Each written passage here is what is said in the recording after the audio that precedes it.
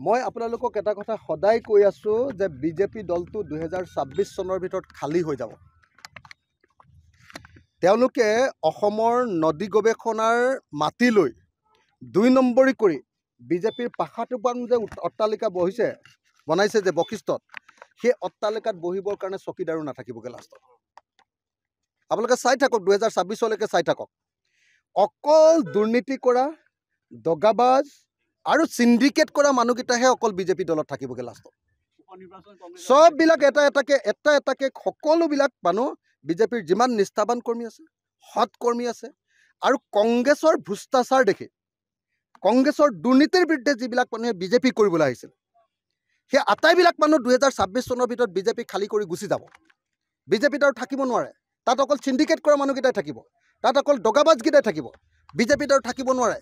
BJP পুৰণি 2 নম্বৰী কংগ্ৰেছী যিকেইটা আছিলে, হিমন্ত বিশ্ব শৰ্মাকে ধৰি যিবিলাক পুৰণি 2 নম্বৰী কংগ্ৰেছী, যিকেইটাই সিন্ডিকেট চলাই কংগ্ৰেছকো ডুবাই দিছিলে, সেই মানুহকেইটাহে বিজেপিত থাকিবগৈ, বাকী কোনো আৰু বিজেপি দলত নাথাকে।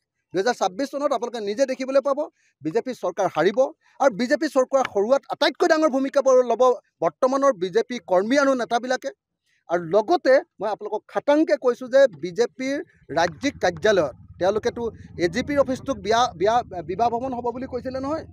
2026 চনৰ পাছত আপুনি দেখিবলৈ পাব যে বিজেপিৰ নদী গৱেষণা কেন্দ্ৰৰ কাৰণে থোৱা মাটিখিনি যে বশিষ্ঠত ৰাজ্যিক কাৰ্যালয় বনাই, সেইটো নহয়। মানে মই আপোনালোকক এটা কথা সদায় কৈ আছোঁ যে বিজেপি দলটো 2026 চনৰ ভিতৰত খালী হৈ যাব।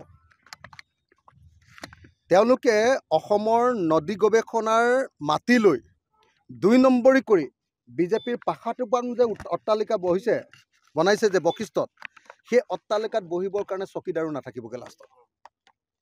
আপোনালোকে চাই থাকক, 2026লৈকে চাই থাকক। অকল দুৰ্নীতি কৰা, দগাবাজ আৰু সিন্ডিকেট কৰা মানুহকেইটাহে অকল বিজেপি দলত থাকিবগৈ লাষ্টত। সববিলাক এটা এটাকে সকলোবিলাক মানুহ বিজেপিৰ যিমান নিষ্ঠাবান কৰ্মী আছে, সৎ কৰ্মী আছে, আৰু কংগ্ৰেছৰ ভ্ৰষ্টাচাৰ দেখি, কংগ্ৰেছৰ দুৰ্নীতিৰ বিৰুদ্ধে যিবিলাক মানুহে বিজেপি কৰিবলৈ আহিছিল, সেই আটাইবিলাক মানুহ 2026 চনৰ ভিতৰত বিজেপি খালী কৰি গুচি যাব। বিজেপিত আৰু থাকিব নোৱাৰে। তাত অকল সিন্ডিকেট কৰা মানুহকেইটাই থাকিব, তাত অকল দগাবাজকেইটাই থাকিব। বিজেপিত আৰু থাকিব নোৱাৰে।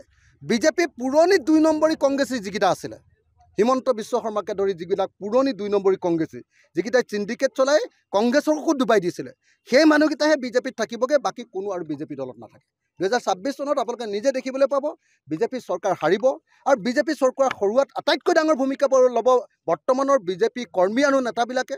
আৰু লগতে মই আপোনালোকক খাটাংকৈ কৈছোঁ যে বিজেপিৰ ৰাজ্যিক কাৰ্যালয়ত তেওঁলোকেতো AGPৰ অফিচটোক বিবাহ ভৱন হ'ব বুলি কৈছিলে নহয়। 2026 চনৰ পাছত আপুনি দেখিবলৈ পাব যে বিজেপিৰ নদী গৱেষণা কেন্দ্ৰৰ কাৰণে থোৱা মাটিখিনি যে বশিষ্ঠত ৰাজ্যিক কাৰ্যালয় বনাই, সেইটো নহয়। মানে